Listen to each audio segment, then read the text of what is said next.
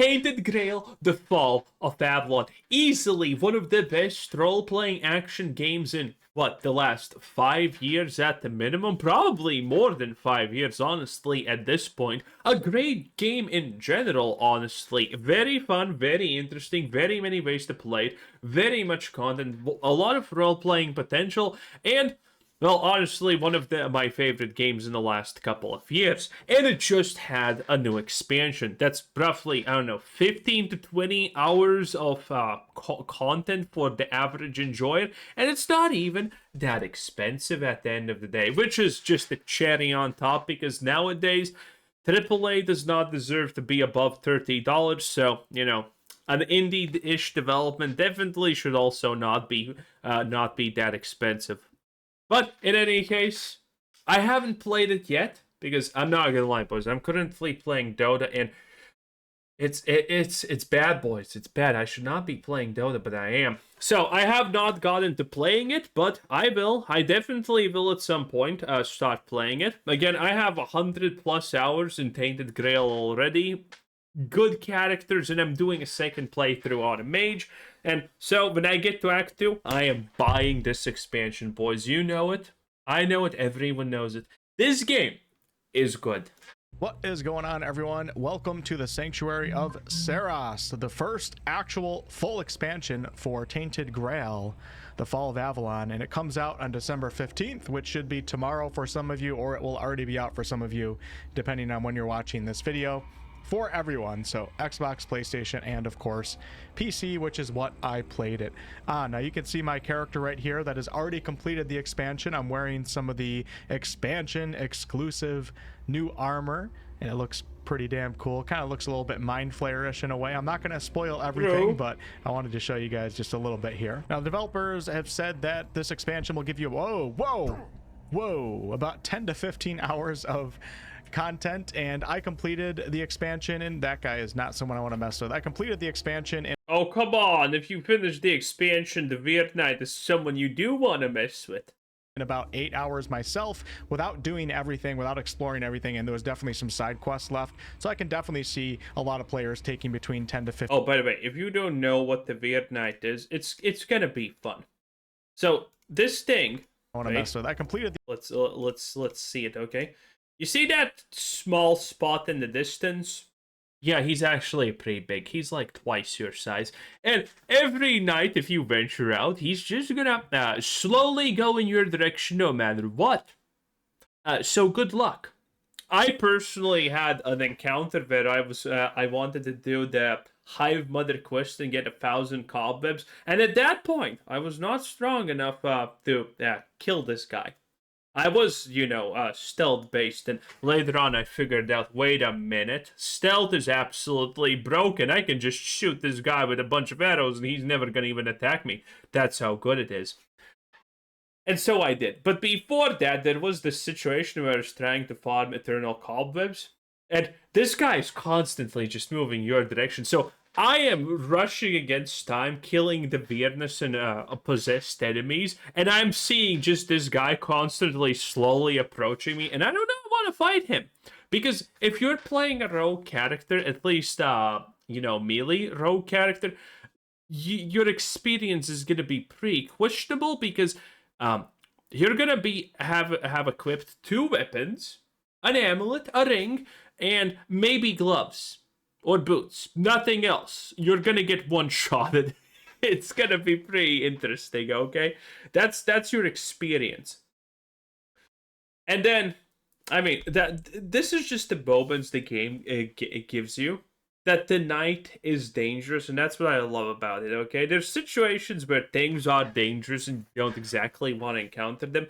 And at the first, when you go out at night, you just know it's more dangerous, but you don't actually encounter this guy. He only starts trying to kill you, I don't know, 3, 4, 5 nights in or something like that. You're sometimes going to get a glimpse of him, but the moment you notice him, he's going to poof, vanish. And that's going to be that is a pretty cool situation. So just FYI about this slug right there.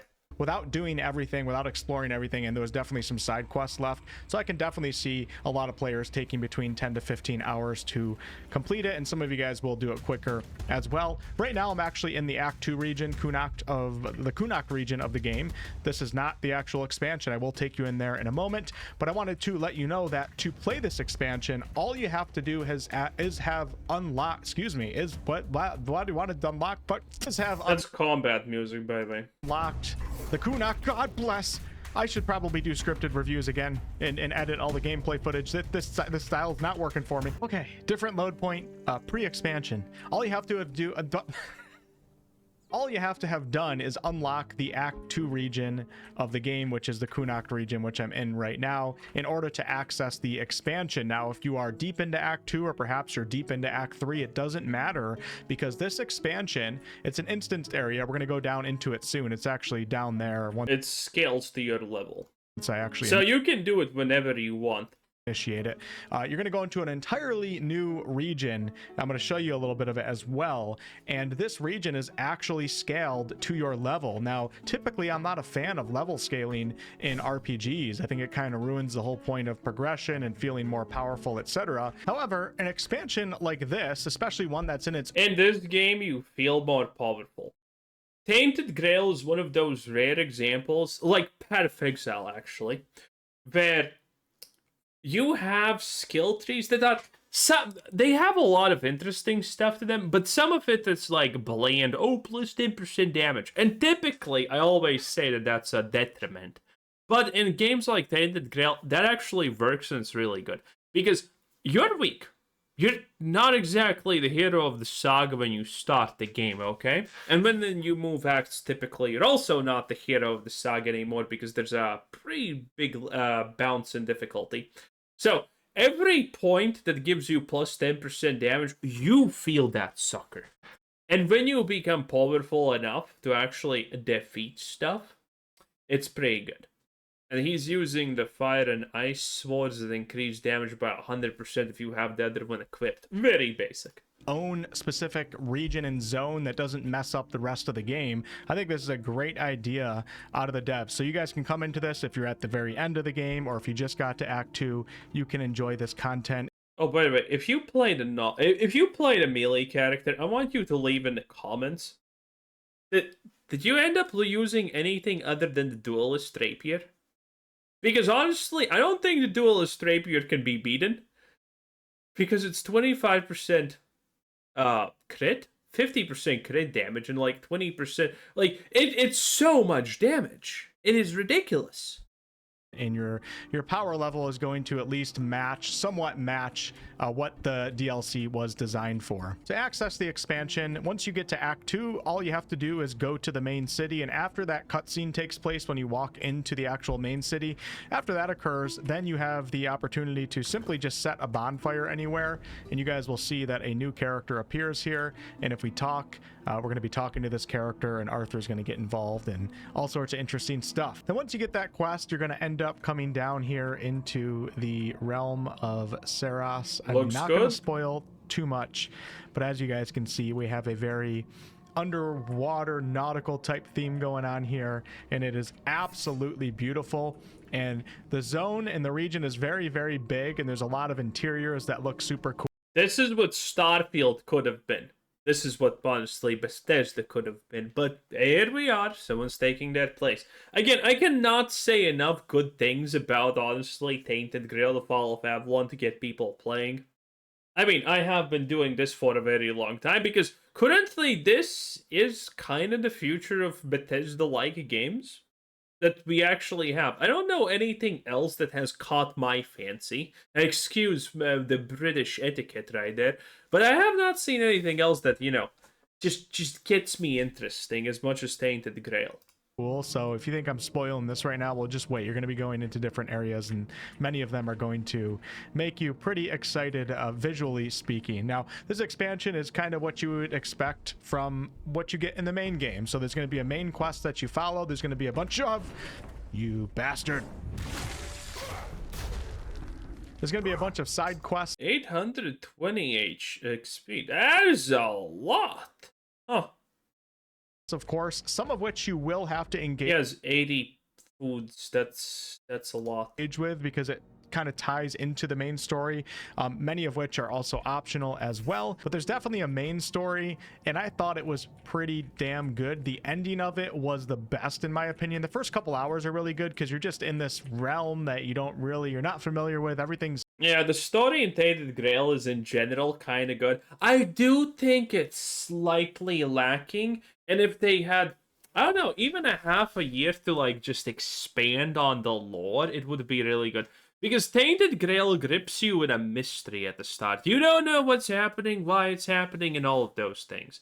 It is very, very intriguing because then you understand, oh, this guy's the good guy. Oh no, this guy's actually the bad guy, question mark. You don't know which side is the right one. I like it, the fact that, I mean, through all the 3 acts of the game that you're going to be playing, you're going to have stuff to pick. And you don't really know if it's the good things or the bad things.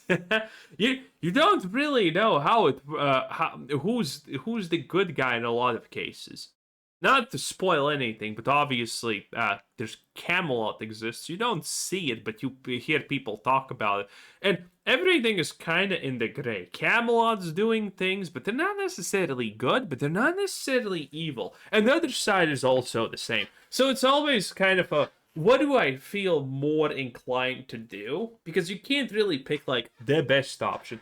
Even though I'm an asshole and I play like an asshole, I actually got the, I'm assuming, best ending because everyone was kind of happy. I don't know how that happened.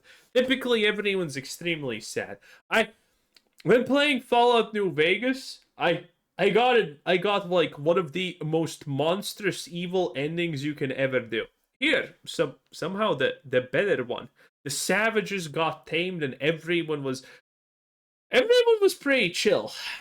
Even though I killed a lot of things. New and you don't really know what's going on. And then the middle of the story, I would say, the middle of the expansion, things kind of settle down a little bit and it's still fun, but it's not as exciting as you kind of get settled into the realm. But then it starts ramping right back up towards the end and makes it all worth it. There was some really cool lore. There's a ton of optional dialogue that you can get into if you really want to delve into the lore of some of these new characters. As you guys can see, there's going to be creatures that you don't really recognize before. This is an underwater creature. I'm not going to give away anything, but there's all sorts of new characters, and it's just interesting because it's very different, and it doesn't necessarily, it's not like you have to play this expansion when you're playing through the game. It really does feel like a side piece of content, but at the same time, it's a side piece of content that adds to the game overall, while also being able to stand on its own, which is like perfect for an expansion that's added, you know, at this point of the game, somewhere in the middle of, you know, the game when you unlocked Act 2. I should also mention that there are cutscenes in this expansion, similar to the ones that you experience in the main game. But also, narratively speaking, I'll just show you guys the quest log right here. Don't read anything, but as you guys can see, I have the main quest going. I have 3 side quests, 2 miscellaneous right now. I'll get off that screen. But with the main story and also some of the side quests, you do feel like you have agency over how some of them play out. You'll have a choice if you want to just straight up kill a character, if you want to help a character, not help a character. And I do appreciate the devs giving us the agency to decide how we want to go about that. The devs didn't give us enough agency. One of the things that I always did, or at least attempted, with actually soft lock, so it sometimes can actually hard lock you if you're not careful, is there's going to be a bunch of quests in the game where you can enter a dream or you're in a different realm and you're supposed to help someone. Well, guess what your boy did? Yeah, that's right, I just crouched and killed the guy I was supposed to save. Because, well, killing someone in a dream is a pretty flawless crime, if you ask me, because no one is ever gonna actually figure out that you killed him, because, I mean, he was already in battle. And that can soft lock you. And I'm kind of disappointed that those quests cannot be concluded. That they're soft locks, or maybe even hard locks sometimes. I think it's possible. I think it's possible to get hard locked in one of the quests in Act 1. But in any case, Now, the side quests don't feel crazy impactful for the entirety of the expansion, but you do have choices to make, and I appreciate that. Now, as far as the main quest goes, you also have some choices to make, specifically at the end of it, and depending on what you do, will actually change how the gameplay plays out at the very end, and also, of course, narratively speaking, will change kind of your ending to this expansion, and that is awesome. I'm so happy that they decided to go that route with this game in general, because most of the time if you see somebody attempt like a game like this, a scrolls like game, they're not going to have like multiple paths and too many permutations. So bravo to the devs for that. Make sure you guys play the story through in its entirety. Now, one thing that I really appreciated about the expansion, obviously you guys can tell I'm speaking very positively about it, is that there's a few new gameplay type elements that you're not used to in the main game that also give it kind of a fresh Yeah, I can see some kind of Kraken icon below the dashes feeling.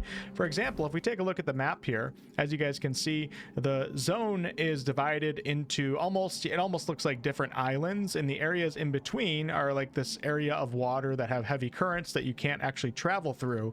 But there actually is a way to get from piece of land to other piece of land, and that is through these portals right here, these current portals. And I'm not going to explain the story behind them or anything, but let's go ahead and just hop into one.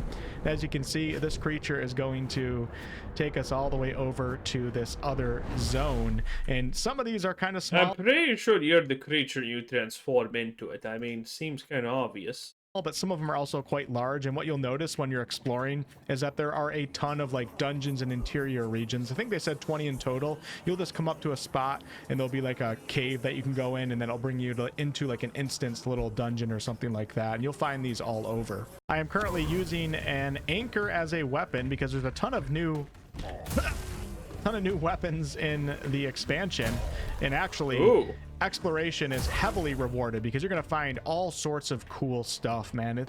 One of the highlights for me is some of the armor, etc. As you can see, I'm wearing something different right now. I don't want to click on everything, but man, there's some really cool armor sets that you're going to be finding and gathering, and as well as weapons. We have new bows, we have new swords, and of course new spells. I'll show you guys. How about new daggers? Well, actually, I'm gonna do this with a spell build, so I guess spells is fine. Maybe one or two spell shortly, but first let me just show you this right here, since we're talking about like unique gameplay elements that you don't experience in the main game and why it makes the expansion feel different and feel exciting. As you guys can see here, we have a membrane, and in the expansion you're going to have a special item. You'll eventually get this item as you keep playing to break through the membrane, and this item actually has charges on it, and the charges need to where is it? It's somewhere in here. Here it is. So as you can see, it has 2 out of 3 charges right now. So every time you use it to cut through membrane, it uses up one of those charges. But when you come into these membranes, it can bring you into an area that typically contains a chest or something like that. Oh, as you that's can see, a I just got a doggy. new weapon just by going in there. Oh no, that's a sword. Damn it. Themed weapon, which is really cool. But to charge that item or that tool back up, you actually have to find these right here, these bursting bulbs, and kind of collect and gather them. As you can see, I'm back to 3 out of 3 charges. Nothing groundbreaking going on here with this new tool, but it's different, it's unique from the main game, and most importantly, the items that you find. Well, look at this. Yeah, this definitely does look okay. This looks good. In the game in general, but especially behind the membranes, there's always something unique and fun, and they did a really good job in that department. There's a ton of new weapons, and I'm going to show you a spell here in a second, but just to kind of get you incentivized to do some exploration, you can see Heavy. Disgusting. Level 44. Oh, that's peasantry status right there. I have a new bow right here. We have a new condition called frailty, and you can have arrows that deal frailty. I have a wand right here. I found a soul cube, a new shield, special nautical theme, some two-handed weapons. But let me just show you 2 spells. One is, of course, a summons. So some summoners out there, you're not left behind. There is a summon spell. There might even be more than this one, but this is the one that I found. And also I'm going to use this spell right here, which is called petrify. And I'm not going to spoil any of the other spells, but I found, I think, at least 4 other spells, and I didn't even do all of the content or explore every possible thing that I could. We're going to have him look directly into the light. Oh, it just turns him into... This is literally just the cheese spell, isn't it? And there we go. He is now petrified. And now watch, I'm going to do the quick cast. You can see a bunch of stones come up, and they deal pretty good damage, actually. He's also stunned right now. Let me do the light cast down here so you can see it a little bit better. Pretty cool. I love that they included new spells and spellcasters. Pretty cool. I think you're going to have a good time searching for these, and of course using them and then taking them with you when you get when you finish the expansion and head back into the main game. So the gear and the items that you find are probably going to be better than what you have currently on, so this is some form of progression. You're going to be incentivized to want to use some of this gear. But another form of progression, and this is also something unique to this actual expansion, the devs really went above and beyond with really trying to add. Oh yeah, the new pathway. That's the most excited thing I am about, honestly. No, this is going to completely make me invisible, probably, on my main character. New type of things just to regular gameplay. But as you can see here, I am walking up to a Sarras shrine. Now, when you find these shrines, actually, just by activating a shrine, it's going to make the enemies or the creatures in the realm of Sarras here weaker. So you're getting more powerful simply just by activating the shrine. And the DLC can actually, or the expansion can actually feel pretty challenging in some areas, even on like the adventure difficulty. So you're incentivized. I doubt it. I'm probably gonna one-shot everything to try to find these shrines to kind of power up your character. Listen, balance is not actually Tainted Grail's strong suit, okay? It's very unbalanced. The way that my rogue is almost unkillable and invulnerable, and I can just literally just run behind anything, crouch, and even bosses will lose sight of me. Admittedly, you can't one-shot bosses from the back, but you can almost do it with a bow. Especially if you have a heavy water bow. No, what's the bow called that I'm using? I forgot. It is like Tower bow or something? Or actually make the world around you a little bit weaker. But also, these shrines offer a form of skill tree progression that you can change on the fly. So if you take a look here, here are the God, this looks so good. Look at this. Rogue, warrior, mage. Oh! New skill trees. We have warrior, rogue, and also mystic. I'm gonna go ahead and spend a skill point, and as you can see, I put 2 points into warrior. I haven't done anything on this load point with mystic or rogue, but so if we click on warrior here, you can see each enemy within increases your physical.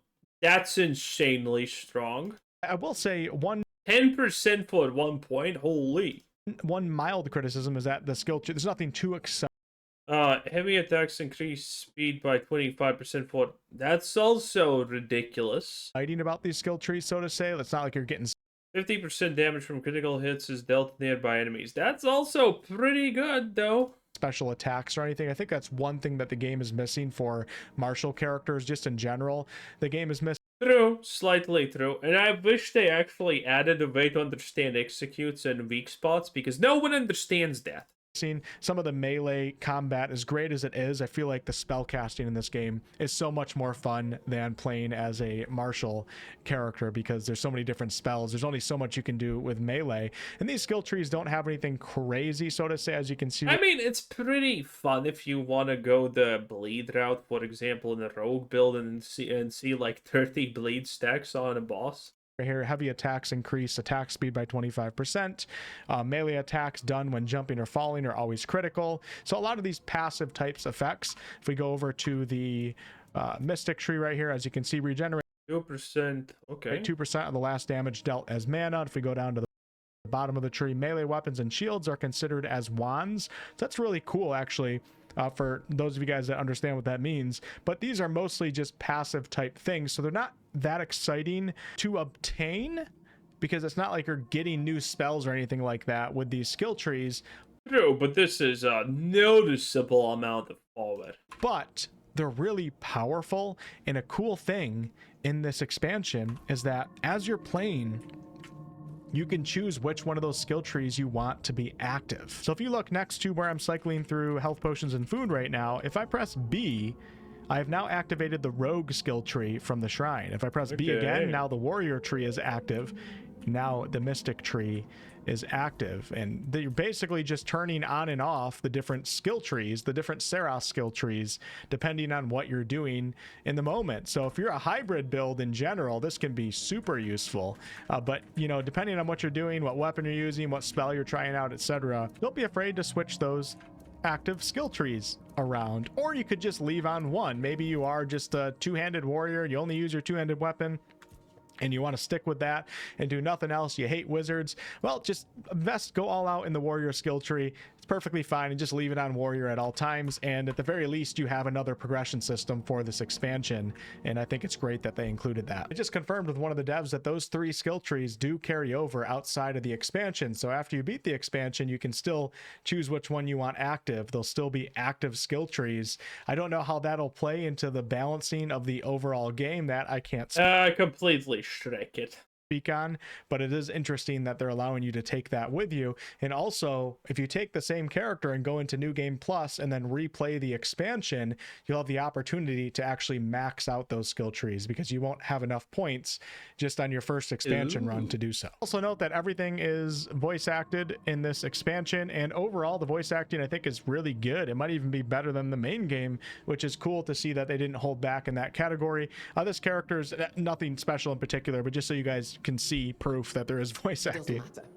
You'll meet others like me, reef bounds, and they'll treat you with proper respect. But overall, this was good in my opinion in this category. I thought the main game was decent too, especially considering they're indie. You have to cut some slack. There was a couple voices though that I didn't really like, I thought were a little bit low quality, but in the expansion everything sounds great. I also want to say that there are plenty of new boss fights that you guys can be excited for. A few of them are kind of a little bit lackluster, I guess you could say, but there's also a few that really stand out, and there's some really interesting arenas that they put you in with some cool mechanics going on. And then at the end of the game, I encourage you guys to try both different endings, because it changes a little bit. Don't want to give up too much, but the content that you experience, it changes up a little bit of combat, and it's cool. I think you guys should see, because I didn't expect it to do that. As far as bugs and performance goes, you can see my FPS in the top left of the screen. It seems to be fluctuating between 105 and about 120 or so. I have a 4080 GPU. I'm playing on 1440p with the highest settings that you can have, and I didn't really notice too many performance issues for myself. There were a few times when I had some stutters, but I feel like out of like the 5 stutters that I remember, 4 of them were during dialogue, which I didn't expect. So overall, it's running good for me. But of course, if you're playing on console, you need to look to someone that is able to play it on console. And as far as bugs go, I didn't write down anything, which means I didn't experience any major. Oh, that's good. Well, the bugs, well, there wasn't. When the game launched, there were a lot of issues with optimization, bugs, and whatnot. But I mean, at this point, there shouldn't be that many issues, if honestly any. The biggest issue with the game, bug-wise, was the stuttering. Man, stuttering was a huge issue. But again, the game was fun enough, so you just quit, and the load back in takes literally 5 seconds. So you're kind of fine. You're kind of cheeks. It's kind of okay. Obviously, not acceptable, but still. And now that problem should not exist on any level of hardware, I think, because it previously was not dependent on your hardware. So it should be better. Anyway, 10 out of 10, what can I say? That was Wolfheart, whatever his name was. Wolfheart FPS, 10 out of 10. The same guy who consulted Dragon Age the Real God for its story. Yeah, that's a real thing. Some YouTubers actually consulted it, and wow. 10 out of 10, bye.